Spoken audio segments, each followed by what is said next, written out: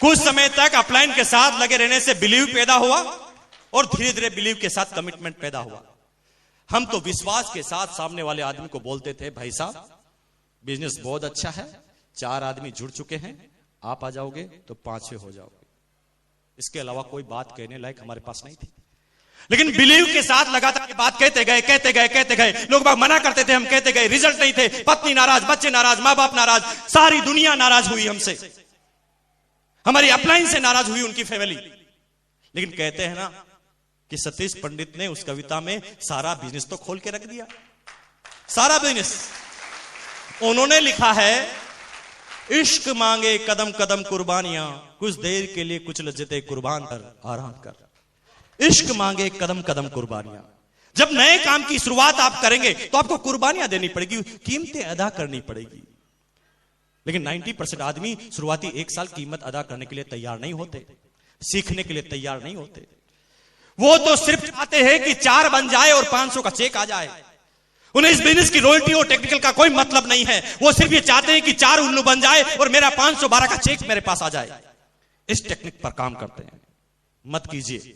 ये बिजनेस 4 आदमी बनाने का नहीं है, ये बिजनेस जीवन बनाने का है। जिंदगी बदल देता है ये बिजनेस।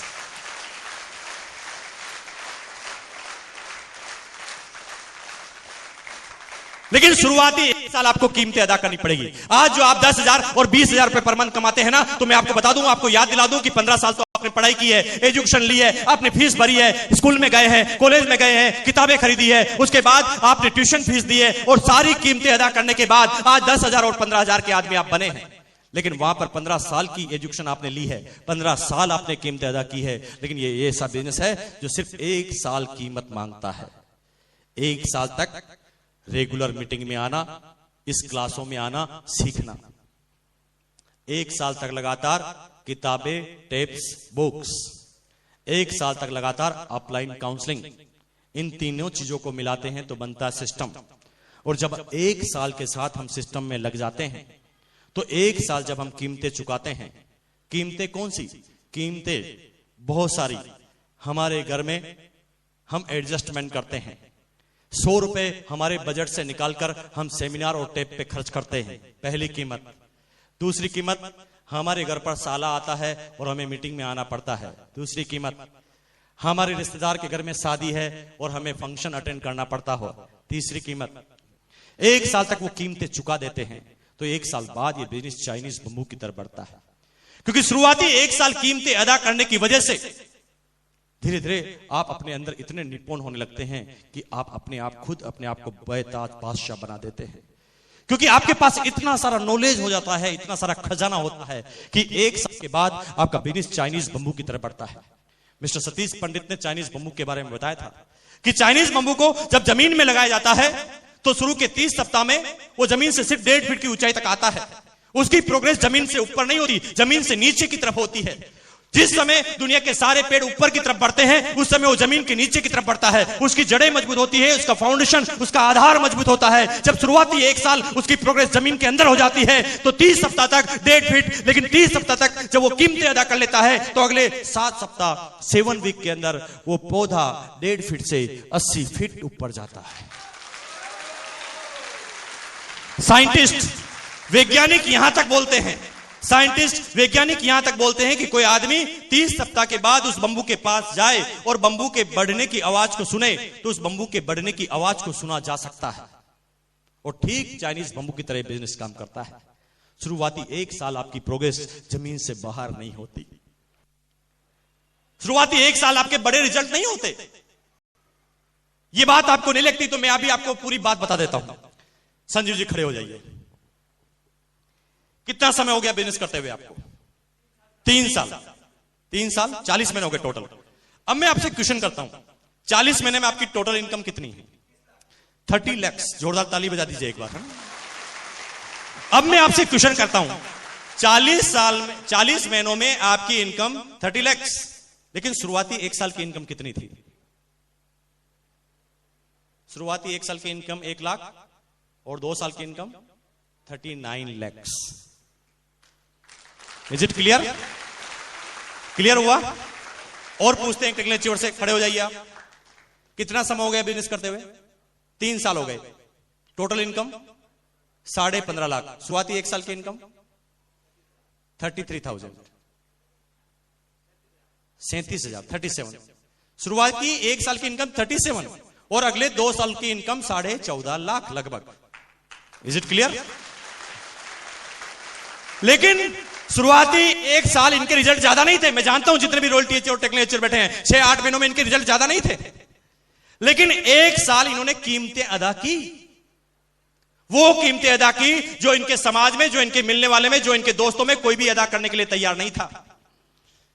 इन्होंने उस समय बिजनेस चालू किया, इनकी बात सुनने के लिए कोई तैयार नहीं था।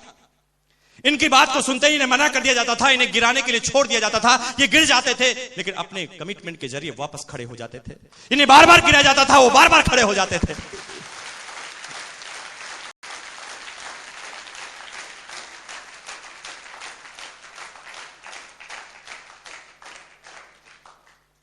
गोता सिंधु में गोताखोर लगाता है, जा जाकर खाली हाथ लौट आता है।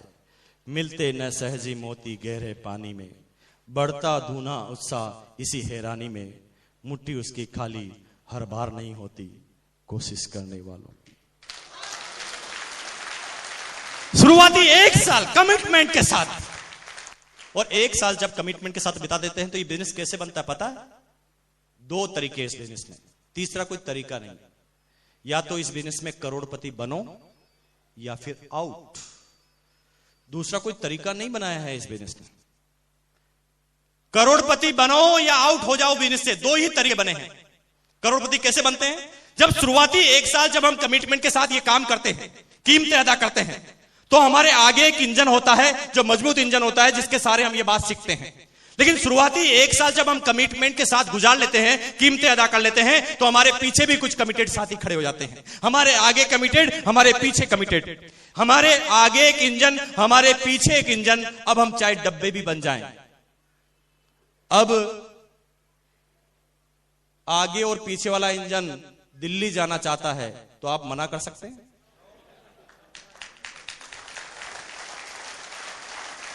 अब आगे वाला इंजन और पीछे वाला इंजन टेक्निकल पर जाना चाहते हैं तो आप कहेंगे नहीं नहीं मैं नहीं जाऊंगा। जाना पड़ेगा क्योंकि आप सिस्टम में आ गए हैं। अब आपके पीछे से भी फोर्स है, आगे से भी फोर्स है, और शुरुआती 1 साल इसी तरह से आपको कमिटमेंट के साथ सिस्टम से लगा रहना पड़ता है। तो अब आप चाहते हैं कि आपके नीचे कमिटेड आदमी तैयार हो, चाहते हैं? चाहते हैं? तो आज के बाद इस जबान का इस्तेमाल मत करना। कैसे? रोयल्टी पे पहुंचो ना, टेक्निकल पे जाओ ना, प्रोडक्ट क्यों नहीं इस्तेमाल करते, मीटिंग में आओ ना, सेमिनार में आओ, टेप सुनो ना। मत कहना आज की बात, एक शब्द मत बोलना, आप उसे करके बताना, रोयल्टी पर आकर बताना, टेक्निकल पर आकर बताना, प्रोडक्ट इस्तेमाल करके बताना। लोगों से सिर्फ शब्दों में बात मत करना कि ये कर लो वो कर लो, क्योंकि मैं आपको एक प्रैक्टिकल करके बताता हूं, आपको पूरी बात समझ में आ जाएगी, पूरी बात। क्योंकि अक्सर हम करते क्या नहीं। अब आप मुझे बोलेंगे, जैसा आप बोलेंगे मैं वैसा करूंगा। आप मुझे कोट पहनना सिखाइए। लीजिए हाथ में माइक, पास में आ जाइए प्लीज। पहले एक हाथ निकाल के इसमें बाह में डालिए। नहीं, कोट की बाह में।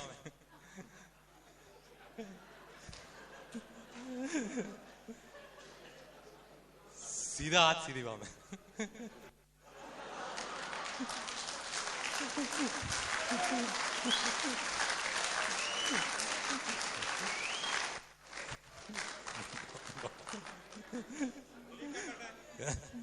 निकाल लीजिए।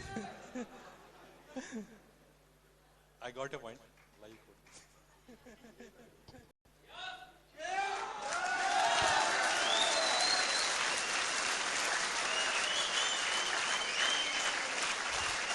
Thank you. यही सिंपल तरीका है एजुकेटेड करने का। अब इसे समझ जाइए कि महात्मा गांधी ने चरखा चलाया, पहले खुद ने क्यों चलाया? क्या वो ये निश्चय नहीं कह सकते थे कि भाई तुम चरखा चलाना, मैं जब तक लंच करके आता हूं? सबसे पहले उन्होंने करके दिखाया। और जब तक कोई काम आप करके नहीं बता सकते तब तक बोलना मत। आप किसी को बोलते हैं कि भाई तुम्हें आदमी नहीं मिलते क्या, ट्रेन में आदमी नहीं है क्या, बस में आदमी नहीं है, लेकिन जब वो आपकी डाउनलाइन आपके साथ ट्रेन में सफर कर रही है तब आपने किसी से बात ही नहीं की। कहां प्रैक्टिकल है? अब आपकी डाउनलाइन आपके साथ है तो बात करके बताइए कि ट्रेन में किस तरह से बात की जाती है। आपकी डाउनलाइन ऑटोमेटिक सीखेगी क्योंकि आप करके बता रहे हैं। बोलिए मत, शब्दों से मत बोलिए। ट्रेन में बैठे हैं, क्यूरियोसिटी पैदा कीजिए, सामने वाले से मुस्कुराइए, नमस्कार कीजिए। वो क्या कहेगा? नहीं मुस्कुराऊंगा। वो भी मुस्कुराएगा। थोड़ी देर पूछिए और आपका नाम क्या है, वो नाम बताएगा। वो सभ्य आदमी थोड़ी देर बाद आपका नाम नहीं पूछेगा। ये सुनो, क्या आपके यहां पर ऐसा नहीं होता? ऐसा ही होता है। थोड़ी देर बाद बातें कीजिए, वाह क्या मौसम सुहाना है, कुछ भी बात कीजिए और थोड़ी देर बाद पूछ लीजिए कि आप क्या करते हैं। वो बताएगा मैं रिटायर्ड हूं, तो बताइए। थोड़ी देर बाद वो नहीं पूछेगा आप क्या करते हैं, आओ बताता हूं क्या करते हैं।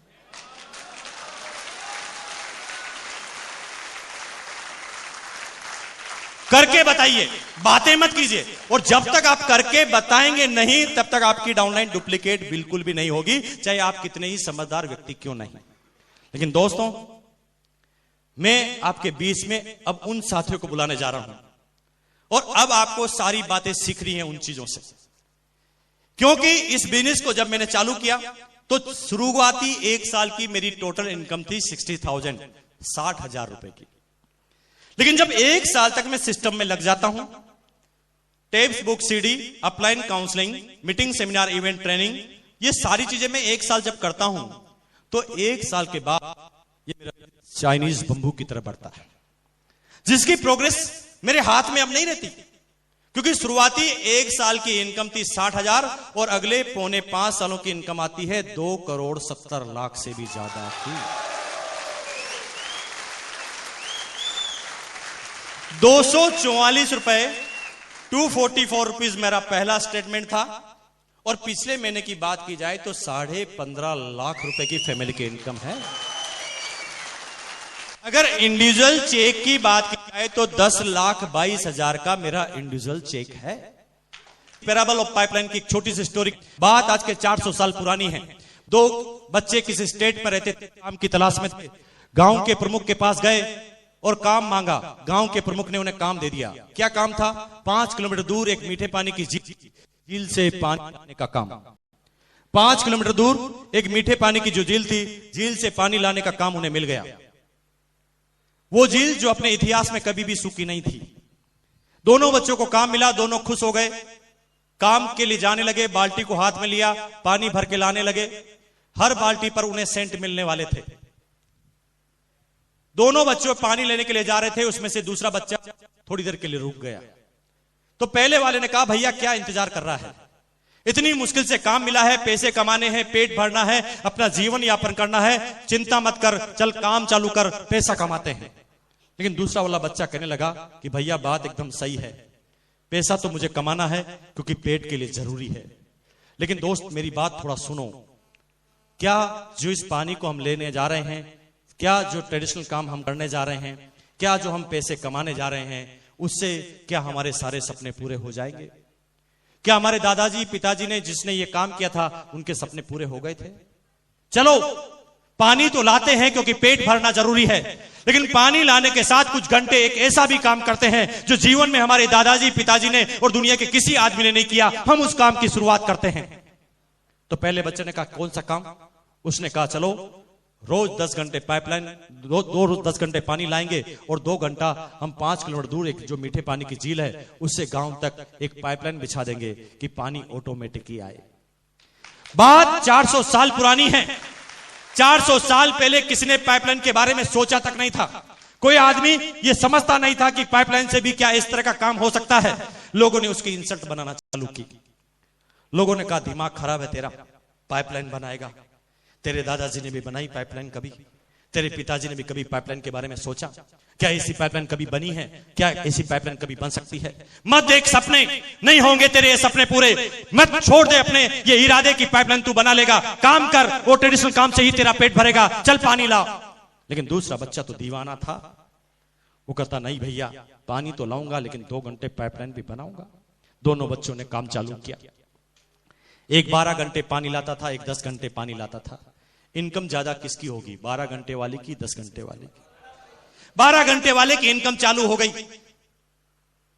वो 10 घंटे का काम का जो पैसा आता था वो अपने जीवन में लगाता था, और 2 घंटे का जो पैसा आता था उसको बचत करता था।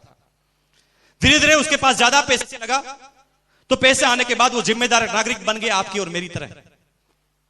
धीरे धीरे उसने अपनी शादी कर ली, उसके बच्चे हो गए, उसने एक मकान खरीद लिया, उसने एक साइकिल खरीद ली, और जीवन में जो आप करते हैं वो सब उसने भी कर लिया। लेकिन 5 साल के बाद भी उसके पैसे कमाने की तृष्णा खत्म नहीं हुई। 5 साल के बाद जब उसके पास सब कुछ हो गया तो भी वो चाहता था कि और पैसा कमाए। क्या ट्रेडिशनल मार्केट वाले ऐसा नहीं चाहते? चाहते हैं। वो चाहते थे कि और पैसा कमाए, तो और पैसा कमाने के लिए ज्यादा काम करना पड़ेगा। पहले वो 12 घंटे पानी लाते थे, अब 14 घंटे पानी लाने लगे। 14 घंटे पानी लाने के साथ ही पैसों की आमदनी उसकी बढ़ गई। लेकिन 14 घंटे पानी लाते ही उल्टा रिएक्शन चालू हुआ, क्योंकि उसने ज्यादा काम उस समय करना चालू कर दिया जब उसके शरीर की एफिशिएंसी कम हो गई थी। तो ऐसा उल्टा काम करने की वजह से 5 साल के बाद गाड़ी उल्टी चालू हो गई। 5 साल के बाद उसका स्वभाव चिड़चिड़ा हो गया, क्योंकि वर्क का लोड बहुत ज्यादा हो गया। क्या ट्रेडिशनल मार्केट वालों को ऐसा लोड नहीं होता? 5 साल के बाद वो टेंशन में रहने लगा, क्योंकि वर्क लोड बढ़ गया था। 5 साल के बाद उसकी कमर अब थोड़ी झुकने लगी थी। 5 साल के बाद अब उसके नजरों का चश्मा लगने लगा। 5 साल के बाद उसके सफेद कलर के बाल आने लगे। 5 साल के बाद वो एकदम मुरझावा आदमी नजर आने लगा। 5 साल के बाद यूं कहे तो कहानी उल्टी जाने लगी, और मेडिकल के बिल भी आने लगे, क्योंकि काम ज्यादा करता था तो दवाई खाना भी जरूरी था। ज्यादा काम की वजह से अब वो उल्टी कहानी करना चालू कर दिया। लेकिन तब तक जो दूसरा बच्चा था, 5 साल के बाद लगातार 2 घंटे पाइपलाइन खोदने की वजह से उसके पास मकान, गाड़ी तो नहीं आई थी, साइकिल तो नहीं आई थी, लेकिन 5 साल के बाद एक आश्चर्य हुआ कि 5 साल के बाद उसकी पाइपलाइन कंप्लीट हो गई। जब पाइपलाइन कंप्लीट हो गई तो गांव में ऑटोमेटिक ही पानी आने लगा, सीधा पानी। कहते हैं ना कि पॉजिटिव बात पर विश्वास नहीं होता, शंका होती। 3 दिन तक गांव वालों को विश्वास नहीं हुआ। उन्होंने कहा कोई भूत आत्मा का खेल है, ऐसा पानी कभी नहीं आ सकता। लेकिन 3 दिन बाद भी जब लगातार पानी आने लगा तो धीरे धीरे गांव वालों को विश्वास हुआ। गांव वालों को विश्वास हुआ कि ये तो पानी का परमानेंट सोर्स है। गांव वालों ने पानी लेकर चेक किया तो उन्होंने कहा कि यस, वास्तव में ये ओरिजिनल पानी ही है। धीरे धीरे गांव वाले उस पहले वाले बच्चे के पास गए और कहा कि भैया अब हम तेरे से कल से पानी नहीं लेंगे, क्योंकि तू तो बड़ा टाइम लगाता है। हम तो सीधा ही कनेक्शन लेंगे, पानी सीधा गांव में आता है। अब दूसरे वाले बच्चे का पानी बिकने लगा, दूसरे वाले बच्चे का पानी बिकने लगा। लेकिन 5 साल उसने काम कर लिया, इसलिए अब उसके पास काम कुछ था ही नहीं। सुबह 8 बजे वो गांव के चौराहे पर आता, अपनी पाइपलाइन को पकड़ के खड़ा हो जाता। लोग बाग आते, पानी भर जाते, सिक्के डालकर चले जाते। कोई काम नहीं, पूरे दिन भर सुबह से शाम तक पानी की पाइपलाइन को पकड़ के रखना, लोग बाग पानी भर के सिक्के डाल के चले जाना। ये काम जब 6 महीने तक हुआ तो 6 महीने के अंदर ही वो उस गांव का सबसे अमीर व्यक्ति बन गया, सिर्फ पानी के दम पर। 2 साल के बाद वो पूरे स्टेट का सबसे अमीर व्यक्ति बन गया पानी के दम पर। फिर वो इतना बड़ा कॉन्ट्रैक्टर बन गया कि दूसरे गांव के आदमी भी उसे बुलाने लगे और कहने लगे कि हमारे गांव में भी आओ और पाइपलाइन बिछाओ। पाइपलाइन के दम पर वो दुनिया के सबसे अमीर व्यक्तियों की लिस्ट में शामिल हो गया। और फिर एक किताब लिखी गई, द पैराबल ऑफ पाइपलाइन।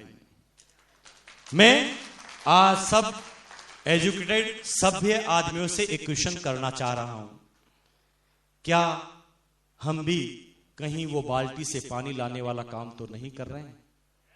और अगर बाल्टी से पानी लाने वाला काम अगर हम कर रहे हैं तो आई एम सॉरी टू से कि जिस तरह से हमारे दादाजी के सपने पूरे नहीं हुए, हमारे पिताजी के सपने पूरे नहीं हुए, उस तरह हमारे भी सपने पूरे नहीं होंगे और हम भी अपने सपनों को दफना कर, अपने सपनों को, अपने बच्चों को ट्रांसफर करके इस दुनिया से आउट हो जाएंगे। लेकिन आज मैं आपको यहां पर राय देने के लिए नहीं आया हूं कि आप सारे काम छोड़कर पाइपलाइन बनाना चालू कर देना। नो, मैं आपको एक इंटेलिजेंट भरी सलाह देने आया हूं कि अगर आप 8 घंटे 10 घंटे एक ट्रेडिशनल काम को करते हैं तो 2 घंटे परमानेंट काम कीजिए, पाइपलाइन बिछाने वाला काम भी कीजिए। क्योंकि 8 घंटे काम 2 घंटे पाइपलाइन, 8 घंटे काम 2 घंटे पाइपलाइन, 8 घंटे काम 2 घंटे पाइपलाइन, 8 घंटे काम 2 घंटे पाइपलाइन, 8 घंटे काम 2 घंटे पाइपलाइन, 8 घंटे काम 2 घंटे पाइपलाइन, 8 2 8 2 8 2 8 2 8 2 8 2 8 2 8 2 8 2 8 2 8 2 8 2 करते करते एक दिन आपकी पाइपलाइन जिस दिन कंप्लीट होगी ना, तो घंटों के कामों की इनकम को सेकंडों में क्रॉस करेगी। क्योंकि ये लड़का जो आपके सामने खड़ा है, आज के ठीक 5 साल पहले 6 साल पहले एक डिसीजन लिया पाइपलाइन बनाने का। उस समय हमारे दादाजी ने किसने पाइपलाइन लगाई थी, हमारे समाज में किसी ने पाइपलाइन लगाई थी, हमारे इस हिंदुस्तान में पाइपलाइन लगाई थी। उस समय पाइपलाइन लगाने का हमारी अपलाइन, और हमने सोचा, शुरू में लोगों ने घिराया, लोगों ने मना किया, लेकिन जुनून के साथ पाइपलाइन बनाई। और ये पाइपलाइन जब आज कंप्लीट होती है तो जानना चाहते हैं कि एक दिन का कितना पानी इस पाइपलाइन में से आता है? जानना चाहेंगे भाई? काम कुछ नहीं है, मैं हर सिटी में जाता हूं, पाइपलाइन को पकड़ के खड़ा हो जाता हूं।